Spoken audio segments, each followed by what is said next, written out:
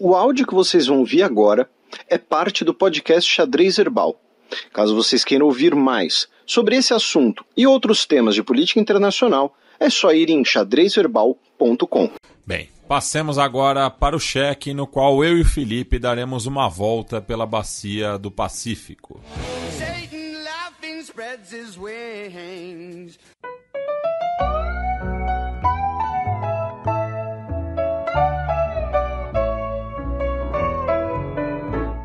Cheque. Cafillo donde estaba cuando caíste en desgracia, el que siempre acompañaba tus momentos de viudez. Após protestos, China anuncia mudanças na política de Covid-0. Nessa última semana, nós tivemos diversos protestos na China, em algumas cidades chinesas, especialmente cidades com universidades, por conta da política de Covid-0. E teve um evento que intensificou esses protestos, que foi na última sexta-feira, na última quinta-feira, melhor dizendo, no dia 24 de novembro, em um prédio na cidade de Urumqi, que fica na província, na região autônoma de Xinjiang, justamente a região autônoma dos uigures, no extremo oeste da China. O que aconteceu? Um prédio residencial, começou um incêndio nesse prédio por conta ali de uma falha elétrica, de um curto-circuito, alguma coisa do tipo, não sei precisar. E 10 pessoas morreram, 9 ficaram feridas nos números oficiais.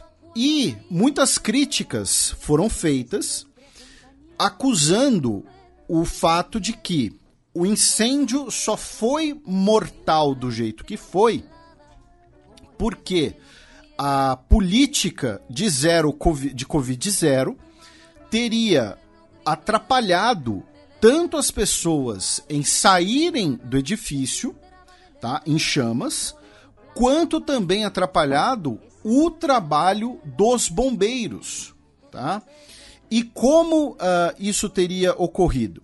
Porque os bloqueios nas ruas, para você facilitar o controle das pessoas, então assim, você cria gargalos nas ruas, para você poder controlar melhor quem passa, controlar a questão de temperatura e tudo mais, incluindo obstáculos para veículos, obstáculos ali de concreto para veículos, teriam atrapalhado, tanto o trabalho dos bombeiros, quanto também as pessoas poderem sair, já que, inclusive, na porta do edifício, teria um bloqueio, justamente, uma barreira que atrapalhou as pessoas a saírem.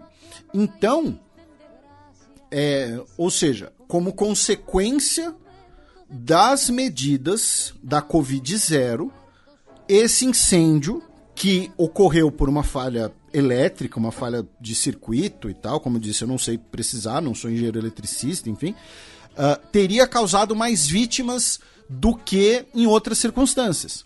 E isso acabou, obviamente, gerando insatisfação popular, gerando descontentamento, porque nós temos pelo menos 10 pessoas mortas, dessas 10 pessoas, pelo menos uma é uma criança, e pelo menos parte dessas vidas talvez pudessem ter sido salvas, se não fossem essas medidas. Lembrando, e é algo que a gente já tratou nos últimos anos, tanto no nosso programa habitual, quanto também nos programas com o Átila. A política de Covid-0 na China, ela é bastante rígida, e um dos componentes dessa política de Covid-0 são os lockdowns extremamente rígidos, incluindo, como a gente mencionou, o uso de bloqueios, você criar gargalos nas ruas para melhor controlar o trânsito de pessoas, o uso da polícia, do aparato de segurança para impor a política de Covid-0, enfim, uma série de medidas. bastante rígida. No último programa, por exemplo, a gente falou que acho que era uma região de Xangai, alguns distritos de Xangai seriam colocados em lockdown. Isso significava coisa de dezenas de milhões de pessoas em lockdown. Né? Porque a China é o país mais populoso do mundo, ainda não foi ultrapassado pela Índia, embora provavelmente vai ser. Ainda mais nessa região da costa. Exatamente, boa parte da população chinesa mora no leste do país. Então, você tem um lockdown muito rígido, e aí tivemos esse episódio. Junto com isso, você também tem o descontentamento social em relação à política de Covid-0. Por quê? Porque esses lockdowns muito rígidos, e aqui a gente, aí vai ser uma percepção até quase individual dos ouvintes, né? Nossos ouvintes que ficaram em isolamento durante o auge da pandemia, né? Então que ficaram bastante tempo isolados por, enfim, diferentes motivos. Lembrando que no Brasil nós não tivemos nenhum lockdown tão rígido quanto nós tivemos na China. Tá?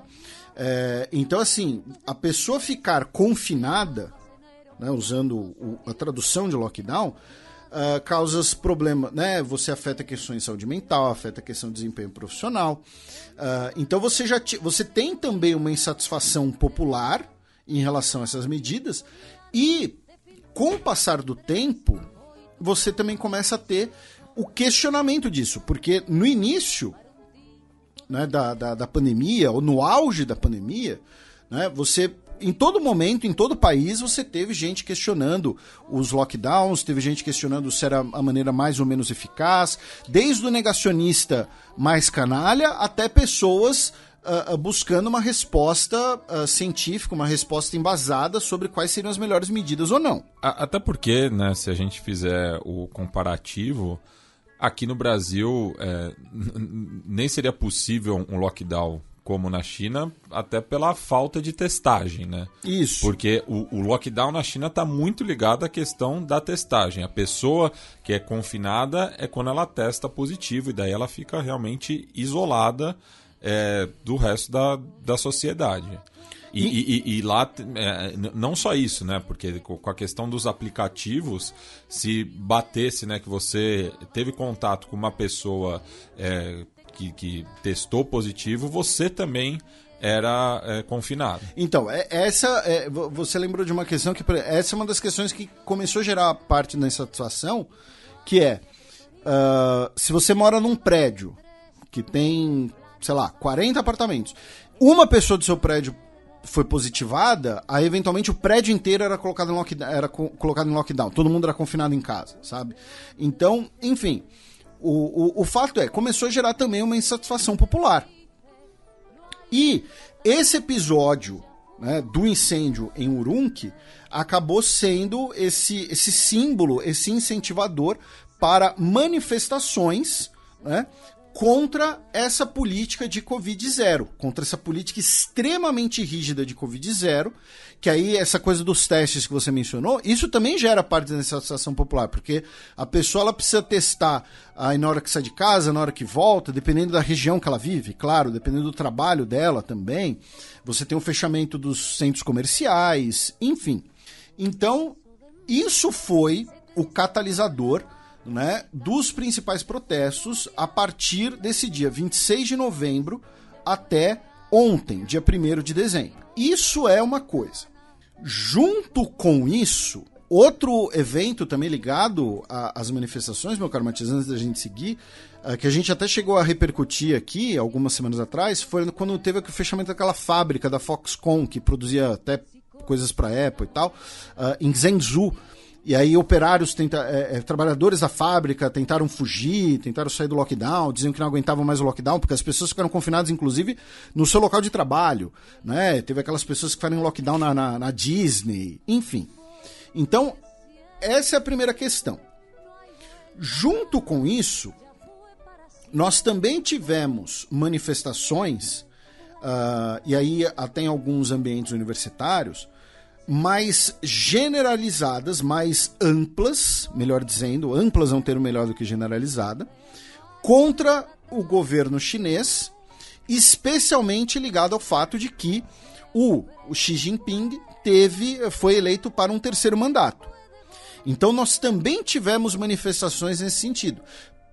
Por isso que assim, algumas pessoas viram vídeos, né, de, por exemplo, pessoas pedindo pelo fim do governo, pedindo para o Xi Jinping renunciar. A intersecção desses dois protestos acabou sendo, repito, alguns campi universitários, tá?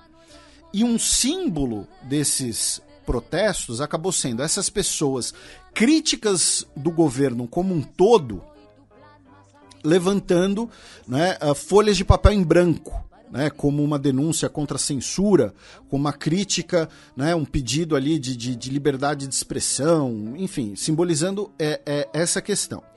Só que é importante mencionar que os maiores protestos, eu não vou dizer principais, vou dizer maiores, né, os maiores protestos, eles eram direcionados à questão dos protestos anti-lockdown, anti-política de Covid-0. Ou melhor dizendo, não é nem anti-Covid-0, é a rigidez, né, dessa política de Covid-0. E aí um grande exemplo disso é que em várias dessas manifestações universitárias, os estudantes protestavam contra a política rígida de Covid-0, protestavam contra o que eles viam como uma política ineficiente, mas eles também cantavam tanto a Internacional quanto o hino nacional, né, que é a Marcha dos Voluntários, né, que é uma música que nasce com a guerra contra o Japão, a Segunda Guerra Sino-Japonesa. Com relação ao cinema, né?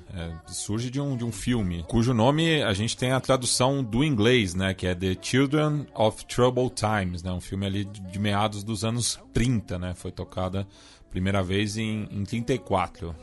Então, é uma maneira, inclusive, desses manifestantes se distanciarem dos manifestantes anti-governo. Então, nós temos as manifestações anti-política de Covid-0, as manifestações anti-governo, uma intersecção entre as duas, mas as maiores manifestações são as anti-Covid-0, não as anti-governo num geral. E, nesse sentido, eu queria comentar duas coisas, porque nas redes sociais, especialmente no Twitter esses dias, dava a impressão assim que o governo chinês estava a um fio de cair, sabe? Estava um cenário de emergência nacional. E, repito, nós tivemos dezenas de manifestações, incluindo em cidades grandes, tá? Como Xangai. Tivemos manifestações até, por exemplo, no campus da Universidade de Tsinghua em Pequim. Tá? Tivemos manifestações em Hong Kong, enfim, tivemos manifestações em quase todas as grandes cidades chinesas, e isso é sim digno de nota, isso é importante, tá? Porém, primeiro, o fluxo de informações em relação à China, ele sempre vai ser um pouco complicado, né? Porque a questão do próprio uso dos aplicativos, né? Os aplicativos são diferentes, então muitas vezes assim, você tem live no Instagram, né, mostrando, porque aí a pessoa que está realizando, ela precisa usar o VPN, enfim, tem toda uma questão de acessibilidade e de disponibilização da informação que não é tão simples assim, tá? Então, e essa informação, elas muitas vezes vai chegar, né, nas redes sociais como Twitter, como Facebook ou nos meios de comunicação, já a partir de um processo de seleção, né, um processo ali meio cherry picking. Então, vou mostrar aqui o manifestante com o cartaz em branco dizendo que ele quer o fim do governo, enquanto um outro perfil vai mostrar o manifestante cantando o hino nacional. Inclusive nós tivemos uma manifestação pró-governo, um negócio assim. Então assim, a primeira é essa, o fluxo de informações, a quantidade de informações, ela não é tão simples assim, tão fácil. E isso a gente pode ver, por exemplo, no própria questão das primeiras semanas. Antes de ser uma pandemia, quando era um surto, tem um surto de uma nova doença lá na China, lá no início de 2020. Né? A gente tinha sempre informações muito muito truncadas, muito complicadas de se obter. E segundo, vamos lembrar, né, a China é um país enorme, tanto em território quanto em população. Então, se a gente mostrar uma manifestação de 50 mil pessoas em Honduras, isso significa uma coisa. Uma manifestação com 50 mil pessoas na China significa outra. É uma segunda-feira. É quase, né? Quase isso. Né? Então, assim, não que toda segunda-feira tenha manifestações lá, sim, mas sim. a quantidade de pessoas. Né? Até porque não tem segunda-feira no comunismo. Né? É verdade. Eu ainda não entendi o que essa pessoa quis dizer com aquela nem forma. ela entendeu, mas Pois enfim. é. Mas, enfim, o gancho foi irresistível. Então, assim, eu tô falando isso porque, assim, dependendo do tipo de perfil que você segue, que você frequentasse nessa semana nas redes sociais, repito, dava a impressão de que o governo chinês estava a um fio de cair. Vocês podem perceber, teve até alguns ouvintes que meio que me cobraram. Tal. Eu tenho postado relativamente pouco no Twitter, teve uns 2 ou 3 dias da semana que eu não postei nada, praticamente. Felipe, poxa, você não vai falar nada da China, você não postou nada da China e tal. Justamente por isso, porque é muito difícil a gente ter muitas informações. Então é bom até esperar um pouco e deixar acumular informações. Os protestos, aí vamos chegar num outro ponto, para as próximas semanas. Nós tivemos o anúncio de que a política de Covid-0 será diminuída. A gente vai já comentar o que foi anunciado. Isso significa que os protestos vão acabar? Não. Isso pode ser que eles continuem, pode ser que eles percam força, pode ser que eles ganhem força. Não dá para saber. Mas, se eles continuarem por diversas semanas, né, esses papéis, esses protestos, né, do papel em branco e tudo mais, aí sim nós podemos ter um cenário mais delicado, mais grave. Né? Mas assim, a gente tem uma semana de protestos que tem os principais deles têm uma pauta relativamente específica, né? Uma pauta completamente justa, inclusive entrando numa avaliação quase subjetiva, né? Que tem um catalisador muito claro, que foi esse episódio do incêndio. Então não se trata, pelo menos no mínimo dos mínimos, não ainda de um levante generalizado contra o governo, sabe? Aí entra também o discussão, não, é uma tentativa de uma revolução colorida, né? Tá sendo apoiado pelos Estados Unidos, tá sendo apoiado por não sei quem e tudo mais. Também, ao meu ver, isso acaba sendo também um exagero. Tá? Porque, repito, são protestos que têm uma causa muito específica, uma causa concreta, não é uma causa abstrata, não é uma causa generalista, contra tudo isso que está aí. Né?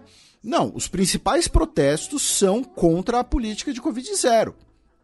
Solicitando, né, essa questão dos prédios em lockdown, tivemos confrontos com polícia, tivemos pessoas presas, tivemos pessoas detidas também, mas é interessante deixar isso claro, que são protestos, pelo menos nesse momento, tá, que tem uma causa muito específica e que não são tão...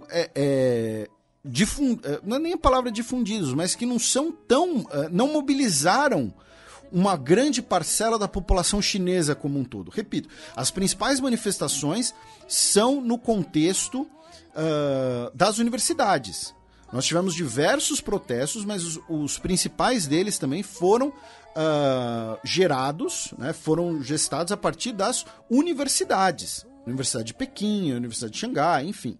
Então, é importante mencionar isso também, que nós temos um recorte, tá, muito claro de demografia que está se manifestando, dos motivos das manifestações e das bandeiras em relação às manifestações. E aí você, nos grandes veículos de imprensa e tudo mais, vocês podem ver, inclusive, jornalistas que conversaram com manifestantes, conversaram com pessoas, né, que estão participando dos protestos, enfim, fica a sugestão. Aí alguém vai dizer, não, mas aí não dá para confiar na Reuters, não dá para confiar em não sei quem. Tudo bem, vocês podem fazer, né, o que vocês, né, vocês leem o que vocês quiserem, isso eu estou recomendando. E claro, né, não necessariamente precisa ler e acreditar em tudo o que vocês, né, o que estiver ali na cara. Né, se vocês, enfim, né, o espírito cético sempre faz bem.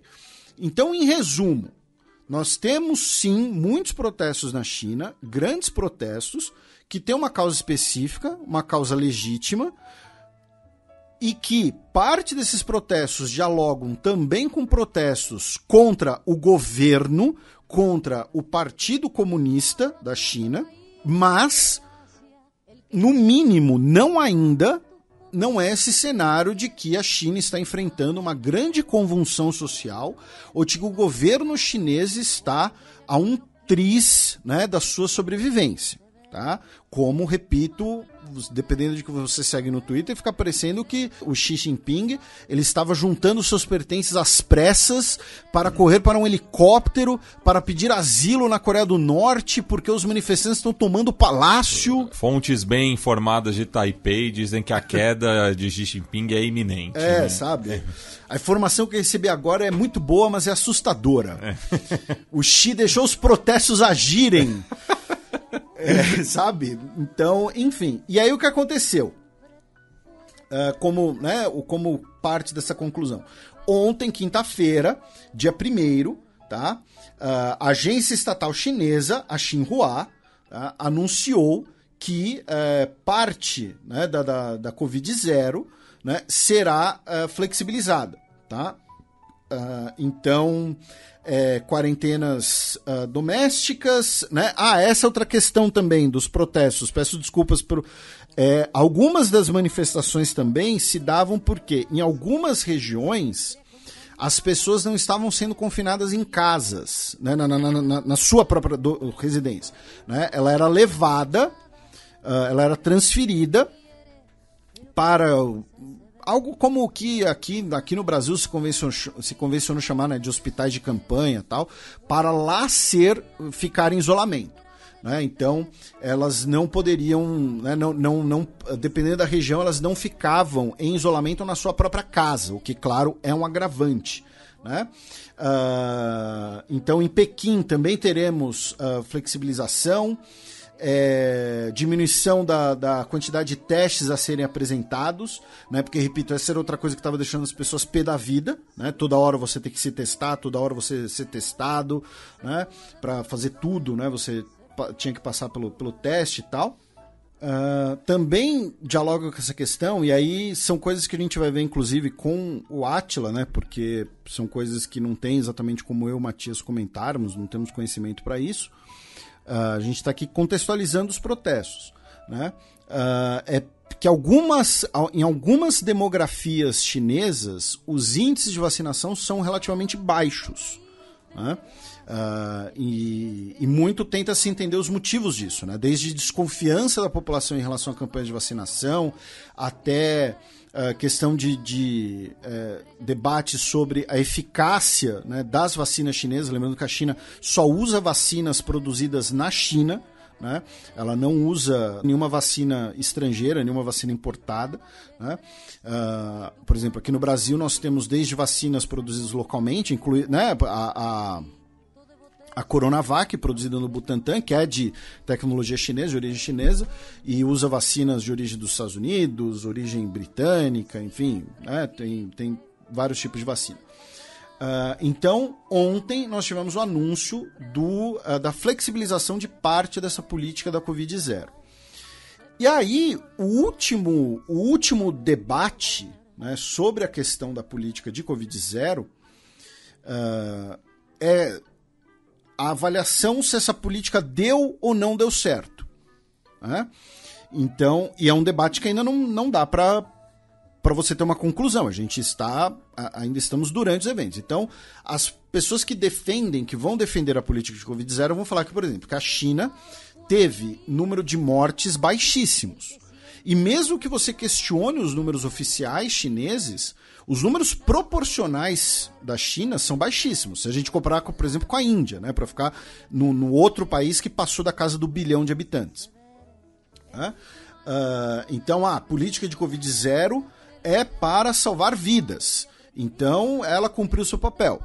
Por outro lado, ela causou desgaste social, ela possivelmente aumentou, né, o poderio, a autoridade social do Estado chinês e, finalmente, o debate econômico, que, novamente, não dá para ser feito ainda. E só falando em questão dos números da pandemia, porque fica, né, esse debate pobre também, não dá para confiar nos números da China, mas eles são validados por diversos organismos internacionais dos mais diferentes espectros, né? Mas tudo com base em ciência. Né? Então fica essa questão, porque daí são duas coisas, né? Porque, tipo, critica a China pela política de Covid zero, mas não confia nos números que são apresentados por essa política. O Átila disse, né, que os números chineses davam para você validar devido à exportação não de casos, né? E pela mesma metodologia você podia ver que o Irã, na época, né, isso 2020 ainda, 2021, acho, o Irã estava subnotificando, né? Porque as infecções vindas do Irã, as infecções internacionais vindas do Irã eram muito maiores do que deveriam ser pelos números oficiais. Né? Enfim, a questão é essa transição. Né, e aí entra outra questão, que é: a China adotou a política de Covid zero, e repito, você ter adotado a política de Covid zero em agosto de 2020 era uma coisa. Em dezembro de 22 é outra. Até porque, novamente, a gente sempre lembra da agência das pessoas. Você pode, tá? Você, nosso ouvinte, você pode odiar o Partido Comunista Chinês, você pode, sei lá, achar o que você quiser sobre a China, enfim, mas o fato é, o cidadão chinês tem acesso à informação, ele pensa, sabe? Ele é um ser humano. Então, esse cidadão chinês... E ele circula. Ele circula. Porque, assim, a China se fechou, mas os chineses estão viajando. Ele recebe informações, ele usa... ele tem as redes sociais controladas, ele tem a internet controlada, mas ele vê que as pessoas de outros países já estão circulando muito mais, né? Questão do uso de máscaras, né? Que na China é obrigatório, em outros lugares foi retirada. Mas o errado está o lugar que retirou, deveria ter mantido o uso das máscaras. Cara, a gente tem, né, dezenas de milhares de ouvintes, a gente vai ter dezenas de milhares de opiniões diferentes. O ponto é... Não, e a gente já discutiu isso bastante também no especial coronavírus, né? Para os ouvintes mais novos, ou aqueles que não pulavam, porque tinha gente que confessava pra gente, falava, olha, eu já tô... da ansiedade. Enfim. Não é nenhuma questão de julgamento, né? Mas a gente falou dessa cultura, né? Por exemplo, em relação à máscara, que é muito forte no leste da Ásia, né? Como um todo. Principalmente no Japão, mais até do que na China, né? Mas tem muito a ver com essa questão do bem comum, assim, né? Mas assim, o ponto é, em agosto de 2020, a política de Covid zero era uma coisa. Em dezembro de 22, ela é outra. Então, usando um termo talvez um pouco mais direto, boa parte dos chineses, eles estão de saco cheio da política de Covid zero. E aí você teve o evento do incêndio, né? E você tem os protestos universitários. Então, o descontentamento em relação a essa questão da Covid zero. E aí essa transição entre a Covid zero, que, repito, em agosto de 2020 era uma coisa, para a situação, usando, né, o termo que o Tedros já usou, tal, né, o conviver com o vírus. Né? Ou seja, campanhas repetidas de vacinação, desenvolvimento de fármacos, enfim. Porque, né, e é importante mencionar também, a pandemia de Covid-19 foi uma parada sem precedentes, gente. O único comparativo que a gente tinha era com a gripe espanhola, no final da Primeira Guerra Mundial. Influenza, Felipe. De influenza, né? Gripe espanhola, o nome da época, o nome politicamente incorreto. Mas que, assim, o mundo era outro. O mundo não era globalizado como atualmente. Estava começando a ser, né? Mas não na escala que é hoje. Mas assim, o mundo era rural. Isso. Tinha muito menos gente, muito menos informação circulando. Então, eu digo rural no sentido que tinha mais gente vivendo no campo do que na cidade, né? A população brasileira a maior parte da população brasileira só vira urbana na década de 1960. Né? Então, assim, a política... Então, por isso que eu estou falando, a política de Covid-0 em agosto de 2020, ela poderia ser considerada muito mais justificável pelas mesmas pessoas que hoje já estão de saco cheio. E é essa transição, né, de conviver com a Covid na China, né, que acaba sendo, talvez também, devido ao tamanho, sendo muito mais complicada, devido ao tamanho do país, tamanho da população, esses índices de vacinação que, repito, a gente vai ver isso com Átila, né, porque ele vai saber explicar melhor.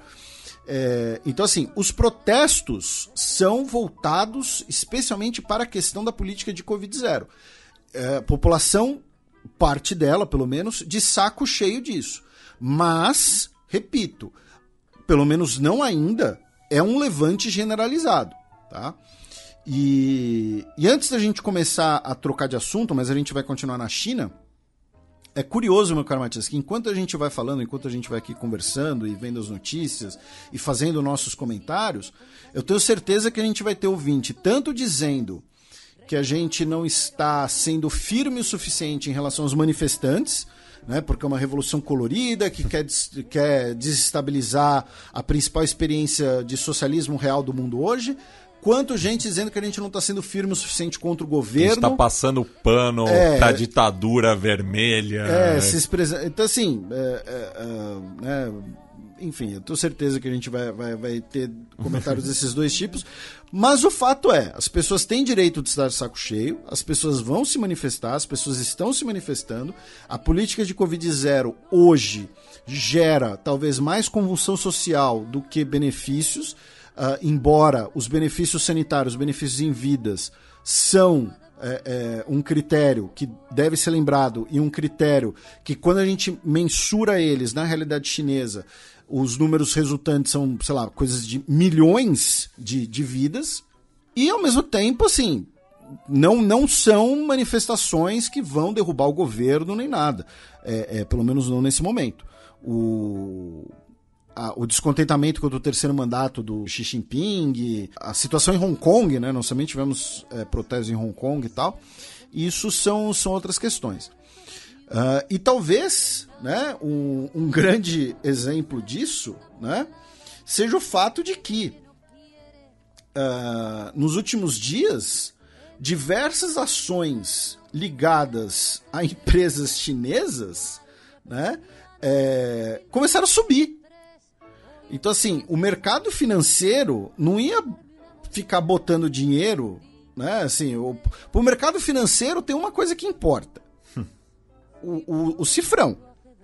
Né? Então eles não iam botar dinheiro num país que estivesse numa convulsão social prestes a entrar, sei lá, em cenário enfim, guerra civil, sei lá, sabe? Então, assim, nos últimos dias, ontem e anteontem, né, as ações de empresas ligadas à China voltaram a subir. E é especulado, inclusive, que teremos mais um anúncio de flexibilização da política de Covid-0. Em relação também aos protestos, meu caro Matias, o governo britânico convocou o embaixador chinês, já que o repórter da BBC, Ed Lawrence, ele foi preso em Xangai e ele afirmou que foi também agredido por policiais chineses enquanto ele estava trabalhando cobrindo as manifestações em Xangai. Então, o governo britânico convocou o embaixador chinês, né, afirmando que o seu nacional foi detido.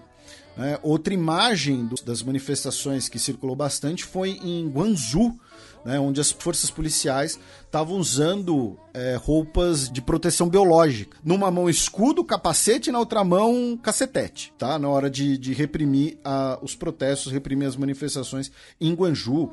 E aí teve imagens mostrando barricadas, pessoas tacando garrafa na polícia, enfim, teve confronto também propriamente dito, tá? Eu acho que eu não deixei claro quando eu falei sobre as políticas que vão começar a ser flexibilizadas, né? Quem fez o anúncio foi a vice-primeira-ministra, a Sun Chunlan, tá? Cujo gabinete, né, coordena a resposta ao coronavírus, tá?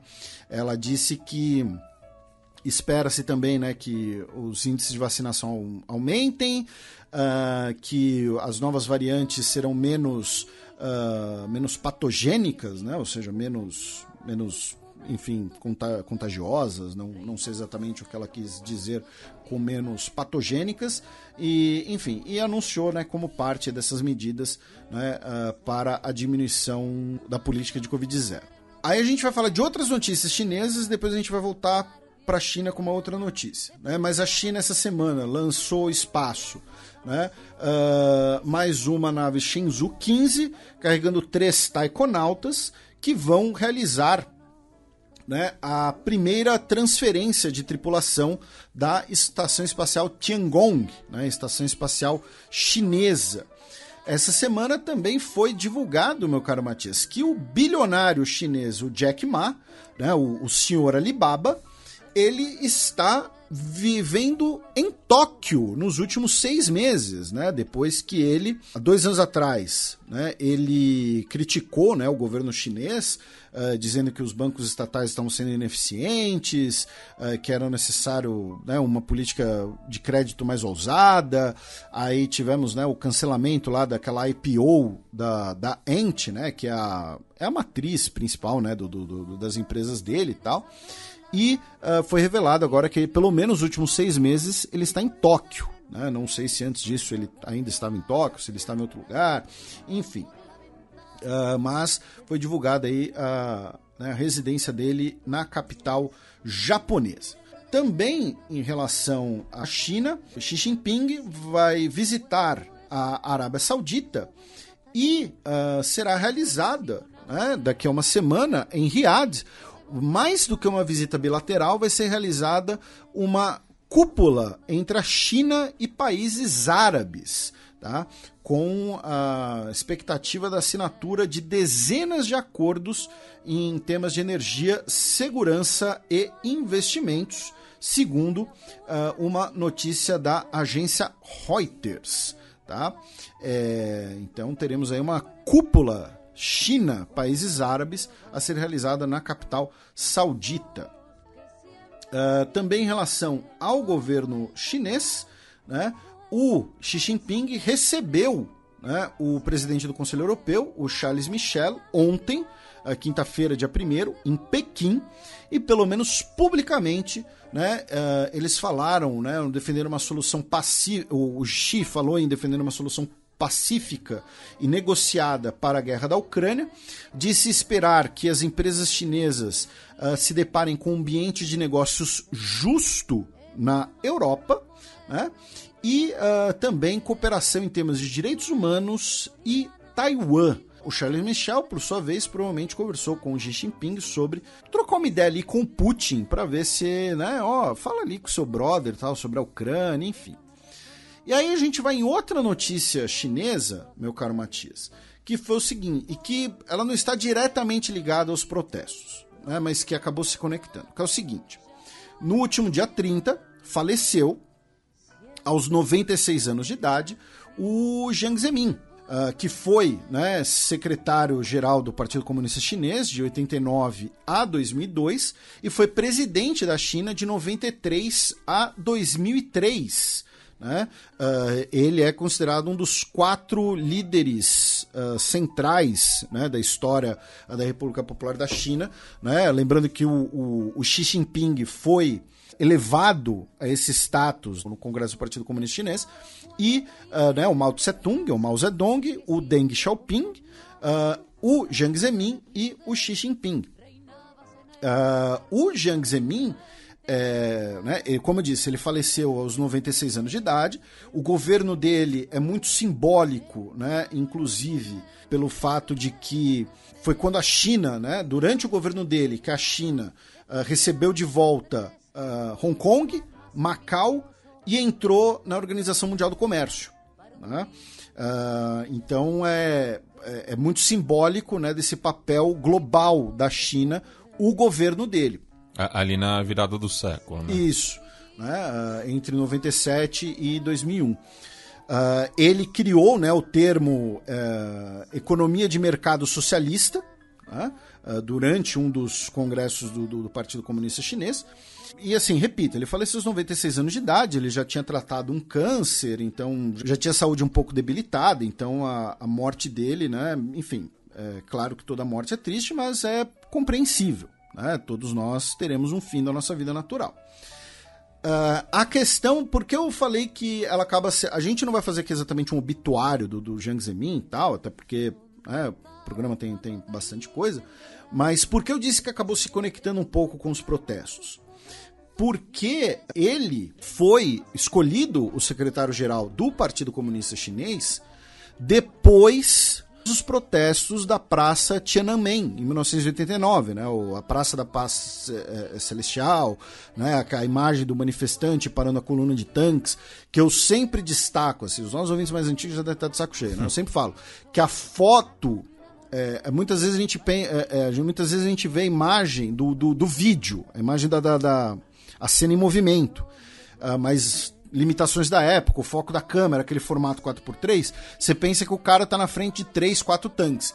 Vejam a foto ampla, a foto aberta, tá? É uma coluna de tanques inteira que o manifestante ficou na frente, né? A foto eu particularmente acho muito mais impactante. E o que acontece? Né, nós tivemos os protestos estudantis de 1989, a repressão desses protestos, né, que muitas vezes é chamada de massacre da Paz Celestial, né, que a gente não sabe direito o número, né, de vítimas fatais, né, tanto especialmente manifestantes, claro, mas também alguns soldados. Então, assim, algumas estimativas vão falar em centenas, outras vão falar em alguns milhares de mortos. O fato é que o evento gera uma repercussão muito grande, tanto na China quanto no exterior. Vamos lembrar, né, eu falei agora do Charles Michel, a Europa não vende armas para a China desde 1989. A Europa tem uma política de embargo de armas contra a China desde 1989. E por conta, né, como consequência, que ele é eleito secretário-geral do Partido Comunista Chinês. Então, muitas pessoas comentavam, né, circulavam assim, comentários nos aplicativos chineses, fazendo uma ponte entre os protestos de 89 e os protestos atuais, né, falando como uma forma inclusive, assim, usando elogios ao Jiang Zemin como uma maneira de comentar os protestos atuais. Olha, então ele chegou ao poder como um cara ali do diálogo, né, um cara defendendo aproximação, enfim, um cara defendendo uma mediação. Então faziam essa ligação. Ele, né, faleceu em Xangai, né? O caixão dele chegou em Pequim ontem, dia 1º, né? Tivemos um desfile pelas ruas de Pequim, né? E agora, né, teremos, obviamente, né, um funeral de Estado para o Jiang Zemin nos próximos dias. Não sei exatamente qual dia será, mas teremos certamente um funeral de Estado com muitas homenagens e tudo mais. E vai ser interessante, né, ficarmos de olho, né, como vai ser a ligação disso, se os protestos vão continuar, como os protestos vão se conectar com essa cerimônia, né? Enfim, coisas a ficarem de olho nos próximos programas. Espero que os nossos ouvintes tenham gostado do panorama que a gente fez dos protestos na China, né? Que a gente tentou dar o cenário mais abrangente possível.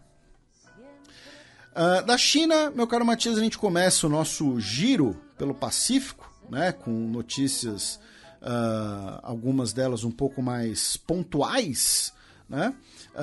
Começando pela Coreia do Sul, né? A gente vai até a Península Coreana, já que a Coreia do Sul afirmou que acionou, né, caças da sua defesa aérea pelo seu espaço aéreo ter sido violado por aviões, tanto russos quanto chineses, tá, realizando patrulhas conjuntas. Né?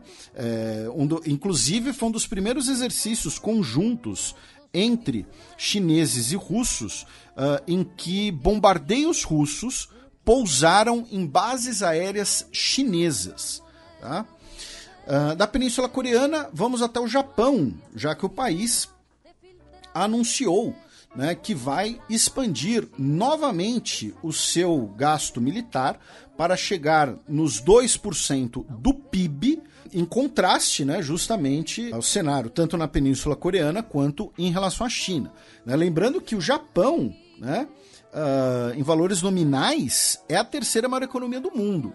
Né? Então, assim, se o Japão colocar 2% do seu PIB, né, em gastos militares, isso significa muita grana, tá?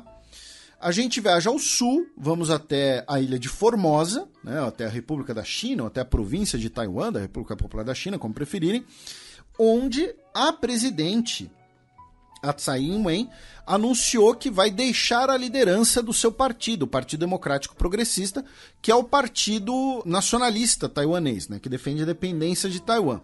Por quê? Semana passada a gente falou do referendo em Taiwan para diminuir a idade mínima dos eleitores. A maioria dos votantes votou a favor da diminuição da idade mínima, porém, como a gente explicou semana passada, não bastava a maioria dos votantes. Tinha que ser mais de 50% de todo o eleitorado, tá? E apenas 59% das pessoas compareceram às urnas. Então, a medida, no fim das contas, não passou. Porém, não foi por isso que a Tsai Ing-wen renunciou à liderança do partido. Foi por conta das eleições municipais, tá? Em que o Kuomintang, né, o Partido Nacionalista Chinês, né, pensando na lógica da Guerra Civil Chinesa, e que é o partido, né, que depois vai fundar, né, a República da China em Taiwan, ou na visão deles, né, continuar a República da China em Taiwan, foi o grande vencedor. Então, por conta desse desempenho eleitoral, por conta dessa vitória do Kuomintang, a Tsai Ing-wen afirmou que vai deixar a liderança do seu partido. De Taiwan, vamos para Singapura, onde agora relações sexuais entre dois homens não serão mais crime. Tá?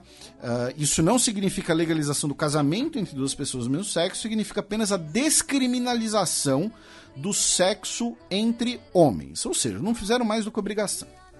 De Singapura, vamos para a Austrália, meu caro Matias, com duas notícias. A primeira delas é que o parlamento aprovou uma moção de censura contra o ex-premier Scott Morrison, né, devido ao fato, né, os nossos ouvintes talvez se lembrem, Scott Morrison nomeou a si mesmo como ocupante de várias pastas de governo de maneira secreta durante a pandemia. Ele usou os poderes de emergência durante a pandemia para, né, nomear a si mesmo em diversas pastas. E agora foi aprovada uma moção de censura contra ele no parlamento, porém, como ele já não é mais o primeiro-ministro, isso acaba sendo apenas uma questão muito mais simbólica, né, do que com algum efeito prático. E a outra notícia se refere a um cidadão australiano, né, o Julian Assange, já que, primeiro, diversos grandes veículos de comunicação, incluindo o New York Times, o Le Monde e a Der Spiegel, publicaram um documento conjunto, né, pedindo o fim da ação penal, da ação criminal contra o Julian Assange, pedindo que ele não seja extraditado aos Estados Unidos, e o nome do documento é Publicar Não é um Crime. Tá? Afirmando que as acusações contra o Julian Assange de que ele teria cometido espionagem, enfim, de que ele teria agido como um agente estatal, são injustas. E como parte, né, dos esforços para evitar a extradição do Julian Assange para os Estados Unidos, né, diversos diretores da Fundação WikiLeaks, né, estão fazendo ali uma espécie de tour né, de buscando contatos e buscando divulgar a questão do Julian Assange, e 2 deles, né, incluindo o editor-chefe do Wikileaks, o Christian Hrafnsson, se encontraram com o presidente eleito do Brasil, Luiz Inácio Lula da Silva, e no perfil oficial do Lula, né, foi publicado que ele se solidariza, né, com a situação de saúde e da luta por liberdade de Julian Assange e que ele seja solto de sua injusta prisão. Tá? Aí da Austrália vamos para a Nova Zelândia. Né? Por quê? A premier da Nova Zelândia, a Jacinda Ardern, né, ou como diria nosso querido Átila, Jacinda sua linda, recebeu a visita bilateral da sua homóloga finlandesa, né, a Sanna Marin. Ambas são as primeiras mulheres a ocuparem a chefia de governo dos seus respectivos países. Elas estavam dando uma entrevista coletiva. E aí o que acontece? Você tem lá a premier de um país que acabou de pedir para entrar na OTAN porque o seu vizinho, que é uma potência nuclear, invadiu um outro vizinho. Então, assim, a Finlândia entrou na OTAN, tem pendências territoriais com a Rússia, daqui a pouco é Natal e a Lapônia fica na Finlândia. E ela estava na Nova Zelândia, onde você tem um governo que foi considerado um governo que lidou bem com a Covid, porém que depois teve um surto, um governo que sofre hoje com uma crise de habitação devido ao preço dos aluguéis das casas, onde o Cacapô precisa ser salvo de extinção e é onde é filmado os filmes da Terra-média. Ou seja, eu elenquei várias coisas interessantes para vocês perguntarem para essas 2 chefes de governo. É claro que, né, parte da Lapônia, do Hobbit são brincadeira, mas enfim. E detalhe, foi a primeira visita de um chefe de governo da Finlândia à Nova Zelândia, tá? Porque, realmente, né, são 2 países um pouco distantes, né? E que não tem uma relação tão próxima. Assim. Não tem assim, eu não consigo ver muito, não vejo um Cacapô na Finlândia, né, um kiwi na Finlândia, enfim. Renas na Nova Zelândia. Renas na Nova Zelândia, o Papai Noel na Nova Zelândia. As crianças na Nova Zelândia não recebem presente. Mas, enfim, brincadeiras à parte, um gênio, né, decidiu perguntar se a origem da visita, né, se elas estão se encontrando porque elas têm idade semelhante e muitas coisas em comum, ou se os kiwis, no caso, termo para os habitantes da Nova Zelândia, né, podem esperar acordos entre ambos os países no futuro, né? E daí a expressão corporal da Jacinda é excelente. Ela dá uma virada de cabeça, assim, que você lê na cara dela. Eu não acredito que eu vou ter que responder isso, mas vai lá. Pois é, sabe, 500 perguntas, sabe? Então, assim, a questão da Finlândia na OTAN... E ela dá aquela molhada de lábio, assim, sabe? Quando a pessoa tá pra falar um monte de coisa. Tipo, é genial. A Nova Zelândia em relação à China... aí você pode fazer de cooperação Rússia-China, enfim. Dá pra falar de 500 coisas mais interessantes. Dá pra fazer um crossover entre Papai Noel e o Senhor dos Anéis, sabe? Enfim. E aí foi o que você falou, a postura corporal dela disse tudo e tal, e ela disse que a pergunta, né, era muito provavelmente uma pergunta sexista, né? Ela falou das relações econômicas entre os 2 países e tal. Lembrando que a Sanna Marin, recentemente, né, teve aquela, muitas aspas, né, polêmica, porque publicaram o vídeo dela no momento de folga, em que ela estava dançando e tal. Aí ela se submeteu até um teste antidrogas, né, é um absurdo, enfim. Então tivemos esse episódio na Nova Zelândia. Na Nova Zelândia, nós vamos para o Chile, meu caro Matias, com 2 notícias. A primeira delas é que os caminhoneiros chilenos interromperam, né, a sua greve e os bloqueios, né, que chegaram a afetar o abastecimento em algumas cidades chilenas, né, os bloqueios duraram mais ou menos aí uma semana, porque a categoria dos caminhoneiros chegou a um acordo com o governo Boric, tá? Com o congelamento no preço dos combustíveis por 4 meses e também elaboração de um plano em conjunto entre as autoridades policiais chilenas e representantes da categoria dos caminhoneiros para melhorar a segurança nas rodovias chilenas. Tá? Então, fim da paralisação dos caminhoneiros do Chile. E a outra notícia tem a ver com Chile e Bolívia, na verdade. Já que o que aconteceu?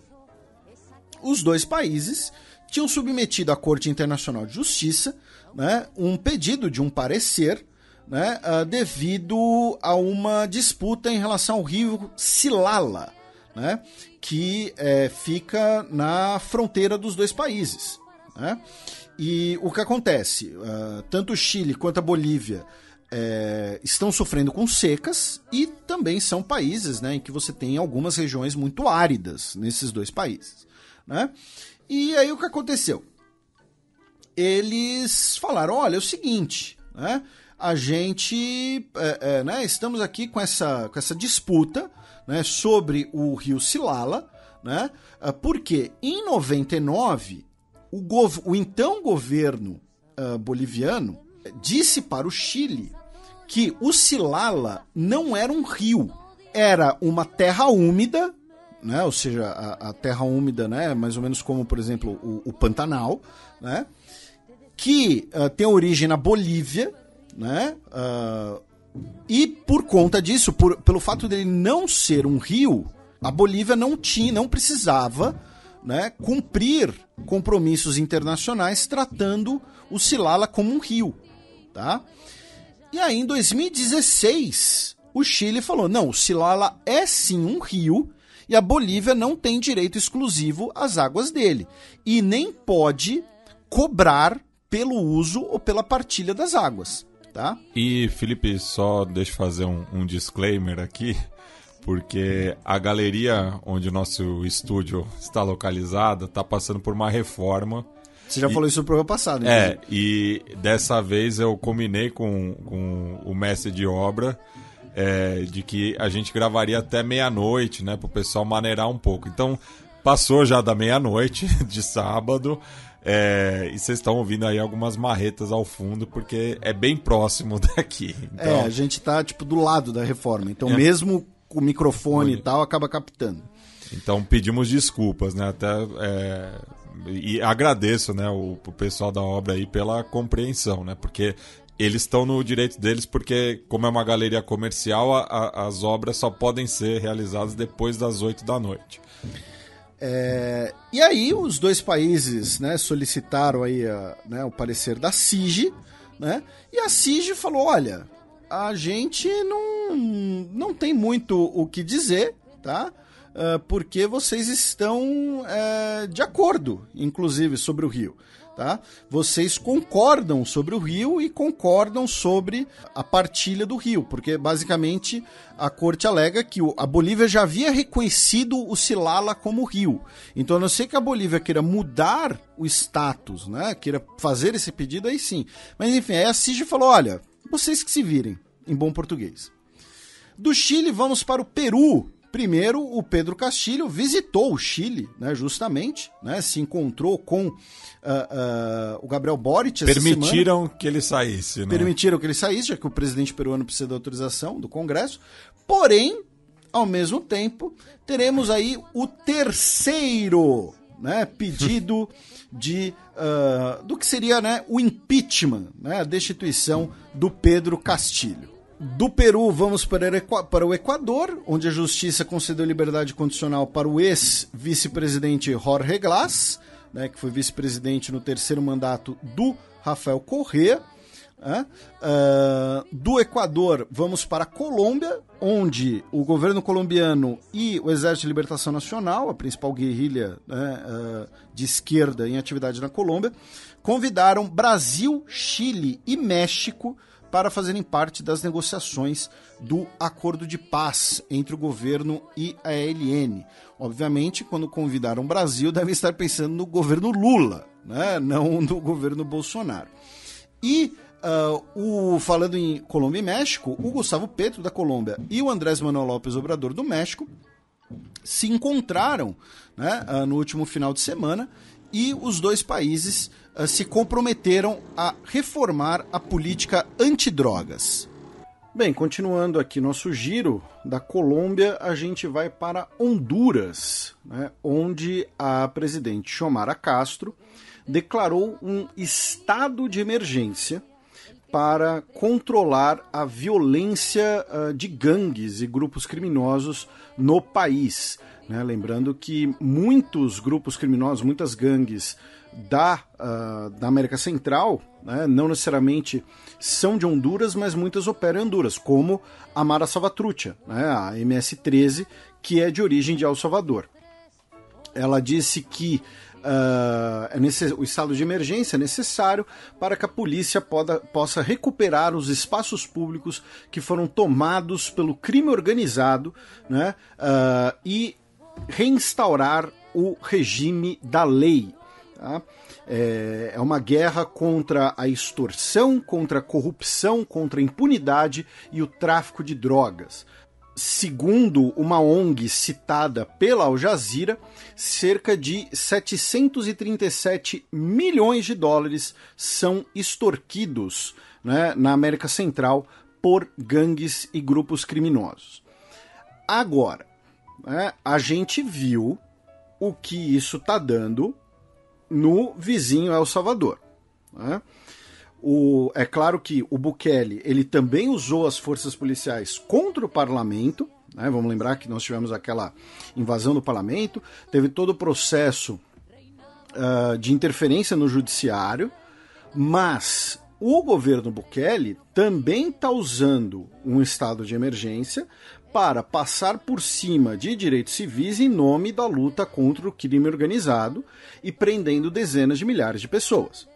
Então, embora a situação em Honduras ainda não possa ser comparada diretamente, por conta dessa diferença do parlamento e da intervenção no judiciário, é um alerta o que está acontecendo no país vizinho, né, para ficar de olho para que Honduras não repita, né, o que está ocorrendo em El Salvador. De Honduras, nós vamos para os Estados Unidos, né, onde o Joe Biden recebeu o Emmanuel Macron na primeira visita de Estado do seu governo. Isso se dá, obviamente, pela questão da pandemia. Né? Então, a primeira visita de Estado do governo Joe Biden, né, lembrando que nós temos diversos tipos de visitas, de diálogos, de mecanismos internacionais, e a visita de Estado é a mais alta delas. Né? É a que envolve mais pompa, mais cerimônia e também, muitas vezes, conversas mais aprofundadas em diferentes níveis de cooperação. Né? Não é apenas o Biden e o Macron batendo papo. O Macron leva com ele uma delegação que vão conversar com seus pares, com seus homólogos. Muitas vezes isso inclui empresários, lideranças do setor privado, lideranças da sociedade civil. Né? Isso envolve também outras cerimônias. Né? Então, o que acontece? No caso de França e Estados Unidos, vamos lembrar que né, a França gosta de dizer que é o mais antigo aliado dos Estados Unidos. Né? Porque, como a gente já mencionou aqui algumas vezes, já explicou, aquela coisa de que a guerra de independência dos Estados Unidos foi um monte de fazendeiros agindo em nome da liberdade, como guerrilha, liderados pelo Mel Gibson, contra os britânicos malvados, é uma narrativa, é uma versão romanceada e idealizada. A guerra de independência dos Estados Unidos foi principalmente uma guerra entre França e Inglaterra, e que também reuniu a terceira maior potência da época, a Espanha. Né? Se você não sabe, a Espanha também se envolveu na guerra de independência dos Estados Unidos. Mais de 90% da pólvora utilizada, né, pelos exércitos dos Estados Unidos na guerra veio da França. O bloqueio naval marítimo só pôde ser, o bloqueio naval marítimo britânico, né, só pôde ser furado com a marinha francesa, que era a segunda marinha mais poderosa da época. Então a França gosta de dizer isso, né? Gosta de falar do general Lafayette, né? Mas, então assim, a brincadeira que eu já falei antes, né? Se não fosse a França, os Estados Unidos se chamava Canadá do Sul, tá? Mas os Estados Unidos não gostam disso, né? Não gostam dessa versão, tanto pela sua versão idealizada, por sua versão romanceada da história, uma autoimagem, né, movida ali pelo excepcionalismo, que depois se transforma na ideologia do Destino Manifesto, e também pelo fato de que o governo dos Estados Unidos, durante muito tempo, rejeitou a ideia de alianças, né, a ideia de entangling alliances, né, tanto que, pouco tempo depois da Guerra de Independência dos Estados Unidos, França e Estados Unidos quase foram para a guerra. né, a chamada quase-guerra, né, um nome muito criativo. Né? Então, mas o fato é, França e Estados Unidos têm relações relativamente próximas e profundas há 250 anos, né, vamos colocar assim, com alguns intervalos, alguns períodos de maior distanciamento. Né, como mencionei, a quase-guerra, o período da intervenção francesa no México, enfim, o período do de Gaulle, né, alguns períodos de distanciamento. E, enfim, como falaram muito, né, publicamente, Macron e Biden falaram muito da questão da guerra na Ucrânia. Isso foi muito interessante porque ambos se comprometeram ao apoio à Ucrânia, ambos se comprometeram a não reconhecer anexações territoriais russas pela força, porém, pela primeira vez, o Biden publicamente falou que está disposto a conversar com Vladimir Putin para um fim da guerra, que é algo que a gente tem batido nessa tecla aqui no programa há algumas semanas, já há alguns meses. Né? Diversos setores dos Estados Unidos já estão começando a sofrer uma fadiga, um desgaste da guerra na Ucrânia, né? Porque acham que isso está empenhando muitos recursos que deveriam ser empenhados nos Estados Unidos, né? Assim, a gente está falando só em ajuda militar, coisa de 20 bilhões de dólares. Isso é muita grana, mesmo para padrões dos Estados Unidos. Tá? 20 bilhões de dólares é muita grana para basicamente qualquer país. Óbvio, não é uma grana que vai levar os Estados Unidos à falência, mas é uma grana considerável. Né? Algumas fontes militares nos Estados Unidos já começam a falar que a guerra está comprometendo os próprios arsenais dos Estados Unidos, né? Já que para você ter munição de pronta entrega para a Ucrânia, ela está sendo enviada dos arsenais, dos depósitos das forças dos Estados Unidos. Né? Você produz para substituir depois.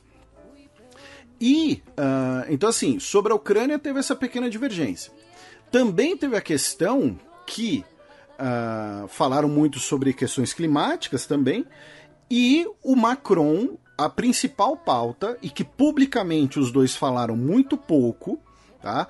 Vamos ver como é que vai ser no futuro próximo, se teremos anúncios, tá?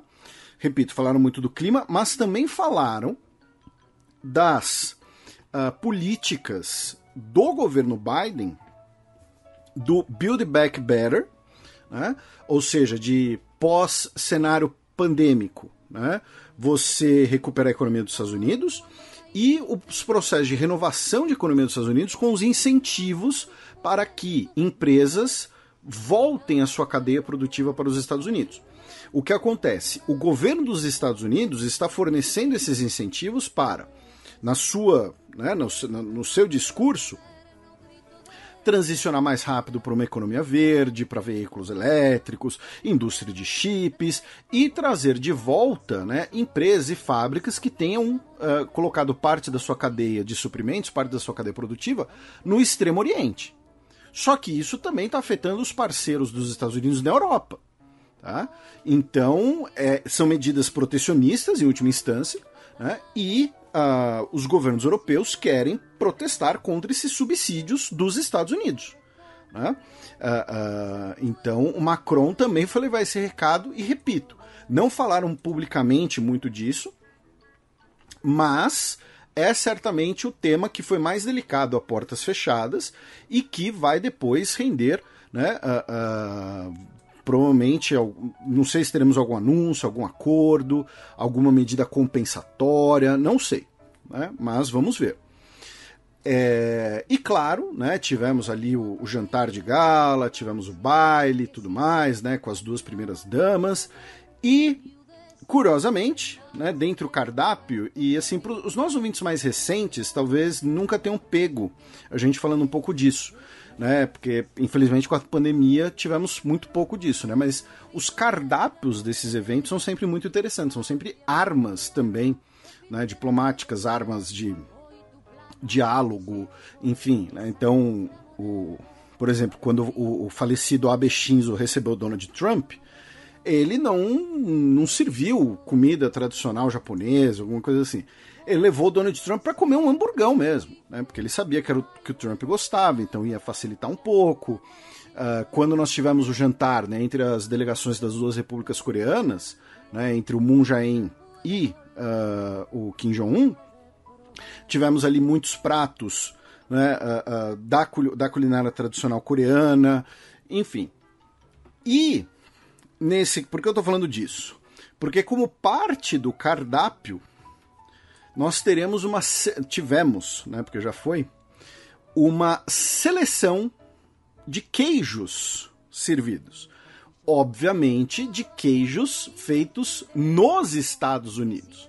Então você recebe o presidente da França, né, que gosta de se ver ali como a terra do queijo, né, e você vai servir e falar, olha, aqui também tem queijo bom, ó, aqui a gente também sabe fazer isso, ó, não é só vocês que são os bonzão, não. Inclusive, ó, né, que tal vocês deixarem aí, sei lá, o cheddar de Vermont, né, entrarem no mercado do francês e tal. Isso é muito curioso, né? Recentemente, por exemplo, algumas cerimônias ligadas ao Itamaraty começaram a priorizar vinhos brasileiros, né? O que faz todo o sentido do mundo, né? E faz muito mais sentido do que você servir, não, vamos servir finíssimos vinhos franceses. Não, você tem que servir o produto brasileiro, justamente para servir de cartão de visita, né? Continuando pelos Estados Unidos, a Comissão Federal de Comunicação baniu todos os dispositivos de telecomunicação e vigilância de vídeo da Huawei, da ZTE e de outras marcas chinesas, afirmando que eles representam riscos para a segurança nacional. O vulcão Mauna Loa, né, o maior vulcão ativo do mundo, que fica no Havaí, entrou em erupção. Muitos de vocês devem ter visto imagens, né? A nuvem ali gigante que dá para ver do espaço e tal. Até agora nós não tivemos uma grande erupção que tenha ameaçado as pessoas, que tenha ameaçado comunidades. Lembrando que o Havaí, né, do ponto de vista geológico, é uma região muito curiosa, porque o Havaí, o arquipélago do Havaí, né, basicamente se trata do topo de montanhas que estão surgindo do mar, né? Que estão brotando do mar. Então tem esse aspecto bastante curioso. O Donald Trump recebeu em Mar-a-Lago, na Flórida, os senhores Nick Fuentes e Kanye West. Né? O Nick Fuentes, que quando foi recebido pelo Trump, era um notório supremacista branco, né, defensor de ideias neonazistas, e o Kanye West era apenas um polemista, enfim, defensor da liberdade de expressão. Agora dá pra dizer também que ele defende algumas ideias neonazistas também, né, já que ele foi lá ele conseguiu fazer o Alex Jones se sentir desconfortável, dizendo que ele love Hitler, tá? Ele falou isso, love com vários Os, tá? Love Adolf Hitler, love várias coisas sobre Adolf Hitler. E outra frase ele disse que ele ama os judeus, mas ele também ama os nazistas. E assim, essa notícia ela é interessante não só pela questão da bizarrice ou pelos memes e tal, porque ela indica que o Donald Trump pretende dobrar a aposta, né, na sua posição dentro do Partido Republicano, né, atrair esses setores mais extremistas, né, da direita dos Estados Unidos para o polo dele, enquanto os setores conservadores mais tradicionais do Partido Republicano são contra o Donald Trump, né, desde as eleições de 2016, e essa oposição tem se intensificado. A gente falou um pouco disso no contexto das eleições de midterms. Continuando, o Senado dos Estados Unidos aprovou por 61 votos a favor, 36 contra, o reconhecimento do casamento entre pessoas do mesmo sexo, tá? Temendo que a Suprema Corte possa mudar o seu entendimento, que nem aconteceu na questão do direito ao aborto de gestação, e reverta, melhor dizendo, né, a decisão da jurisprudência sobre o casamento gay. Então agora o Senado aprovou numa rara decisão, né, que teve ali um apoio bipartidário, porque para você chegar em 61 votos, né, você precisa também do apoio de senadores republicanos, tá? Agora deve ir para a Câmara, onde também deve ser aprovada. Falando em Câmara, teremos o novo líder do Partido Democrata, tá? O deputado Hakeem Jeffries, que se torna o primeiro político negro a liderar um partido na Câmara dos Deputados dos Estados Unidos. Tá? Ele foi eleito num voto unânime, né, por aclamação. Falando em minorias, o Joe Biden realizou a Tribal Nations Summit, tá? Uma cúpula com lideranças nativo-americanas, com lideranças indígenas dos Estados Unidos, a primeira desse tipo em 6 anos, né? Por que será que isso não foi realizado no governo anterior? Deixo para vocês especularem. E ele falou de aumentar, né, priorizar as relações respeitosas com as nações indígenas, também maiores investimentos para diminuir desigualdades sociais entre as comunidades indígenas e o restante da sociedade dos Estados Unidos, incluindo aí uma proposta para alocar 9 bilhões de dólares no Indian Health Services, tá? Que será uma agência federal responsável para prover serviços de saúde, para promover saúde pública em relação a populações nativo-americanas, tá? E o que inclui também populações do Alasca, tá? E também foi debatido a ideia de populações nativo-americanas terem um representante sem direito ao voto, tá? Na Câmara dos Deputados. Isso é uma questão histórica muito interessante, porque ela foi uma decisão que foi tomada no período entre guerras, salvo engano, tá? Mas que nunca foi implementada. A ideia de você colocar um representante nativo-americano na Câmara dos Deputados, mas sem poder de voto, mais ou menos que nem um representante de Porto Rico, né? Que seria uma pessoa ali que estaria ali para questões consultivas, né? Falando também no Legislativo dos Estados Unidos, o Senado aprovou o acordo que vai evitar a greve dos ferroviários, né, no país, e o Joe Biden assinou o acordo, dizendo que ele é justo para os trabalhadores ferroviários e para todos os trabalhadores da América, e dizendo que sem os ferroviários o país iria parar. Lembrando que alguns dos sindicatos ferroviários são a base de eleitores do Biden desde quando ele começou sua carreira para o Senado, no final da década de 1970. Né? Ele, em vários discursos, sempre comentou da importância dos sindicatos e tudo mais. Então agora esse acordo foi aprovado e vai evitar uma greve da categoria nos Estados Unidos. Pelo acordo, os trabalhadores vão receber um aumento e também vão receber um bônus de $5 mil nos próximos 5 anos, tá? Além de algumas companhias ferroviárias não poderem demitir funcionários, né, num determinado período de tempo. Ele vai ter uma moratória em demissões em um determinado período de tempo. E, finalmente, nesse dia 2 de dezembro, foi apresentado ao público pela primeira vez o novo bombardeio stealth dos Estados Unidos, o B-21, né? O popular invisível ao radar, embora não é exatamente invisível ao radar, mas enfim. Né? Ele pretende entrar em serviço em 2027 para substituir os outros bombardeios de longo alcance dos Estados Unidos. É um tipo de veículo que basicamente nenhum outro país conta nas suas forças. E ele tem uma questão curiosa, esse projeto, né? Claro, é parte da indústria, do complexo industrial militar dos Estados Unidos, você botar bilhões e bilhões de dólares na indústria militar, e, enfim, que aí tem os desenvolvimentos tecnológicos correlatos e tal.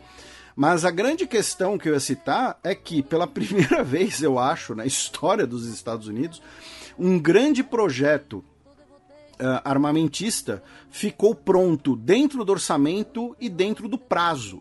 Ele nem estourou o orçamento, né, e nem estourou o prazo.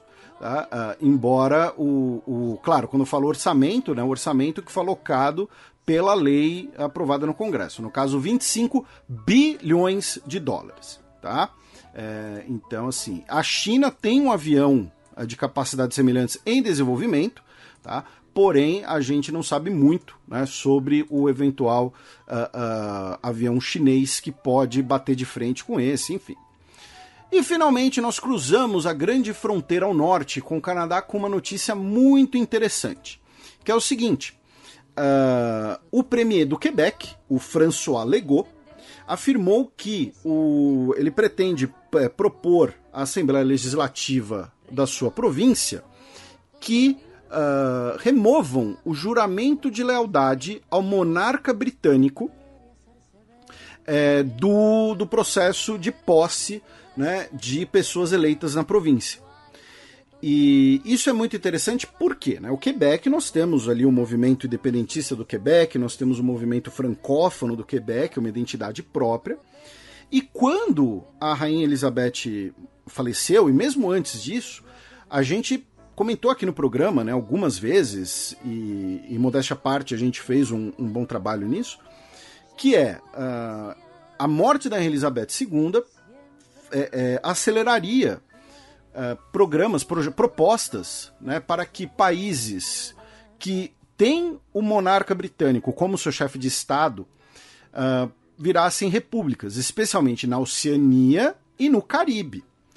E aí vários ouvintes falavam na época, né, mas o Canadá, e a gente sempre falou, o Canadá não, porque no Canadá a monarquia britânica ela acaba servindo de contrapeso ao separatismo do Quebec. E aí agora vem essa notícia de que o premier, né, que é como se fosse o primeiro-ministro, né, o governador da província do Quebec, ele quer retirar esse juramento, retirar essa necessidade de juramento da legislação da província. Ele não pode fazer nada em relação ao país, em relação ao Estado Nacional. Então, acaba sendo um ótimo exemplo disso, de como a ligação com a monarquia britânica, no caso canadense, ela serve de contrapeso ao eventual separatismo e o movimento de identidade do Quebec. Agora, para a gente fechar esse bloco, alguns de vocês talvez tenham percebido que nos últimos 20 minutos, mais ou menos, a minha voz talvez tenha ficado um pouco diferente. Por quê? Porque eu troquei de microfone, estou falando da minha casa. Aquilo que o Matias explicou, né, sobre a reforma, acabou inviabilizando a gente continuar a gravação. Tá? Então, o que acontece? Agora a gente vai passar para o Gambito da Dama, coluna da professora Vivi Almeida, e depois nós vamos passar para o encerramento do programa. Nós não teremos o segundo bloco do Giro de Notícias, e as notícias que estavam nesse bloco a gente vai passar para a semana que vem, tá? Para dar um parâmetro para vocês, a gente vai falar, né, do acordo entre governo e oposição na Venezuela e o fato de que o governo dos Estados Unidos liberou a Chevron para comercializar petróleo com a Venezuela nos próximos meses. O fato de que possivelmente teremos um encontro entre Lula e Biden ainda em 2022. A gente ia falar também, né, da cúpula do Mercosul, que vai ser realizada agora nos próximos dias, então vamos falar no próximo programa.